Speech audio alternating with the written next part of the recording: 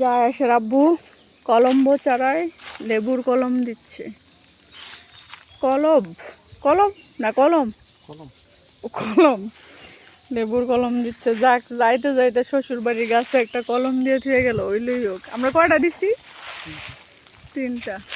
ঠিক আছে, মানে ফুল আছে, লেবু তো অনেকই আছে, কিন্তু কাকায় কয় মাংসও বলে খায়, মাংস তো খাইবই।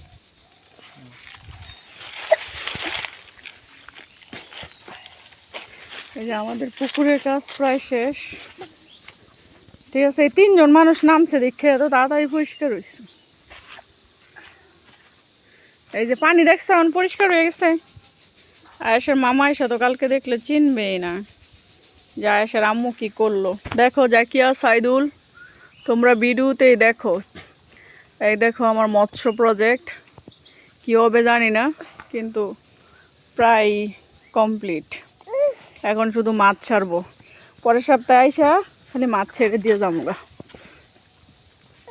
এটা না আসলেও হবে, ভিডিও ফোনে দেখলেও হবে।